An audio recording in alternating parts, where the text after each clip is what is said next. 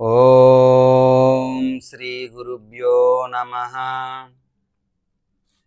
అందరికీ నమస్తే అండి. మనం భగవద్గీతలో నుంచి రోజుకి ఒక శ్లోకం, ఆ శ్లోకం యొక్క అర్థం తెలుసుకుంటున్నాం కదండి. ఈరోజు ద్వితీయ అధ్యాయంలో నుంచి 43వ శ్లోకం, ఆ శ్లోకం యొక్క అర్థం తెలుసుకుందాం. కామాత్మాన స్వర్గపరా జన్మ కర్మ ఫలప్రదాం క్రియా విశేష బహుళాం భోగైశ్వర్యగతిం ప్రతి. స్వర్గమునకు మించినది ఏదియును లేదనియు అదియే పరమ ప్రాప్యమనియు వారు భావింతురు.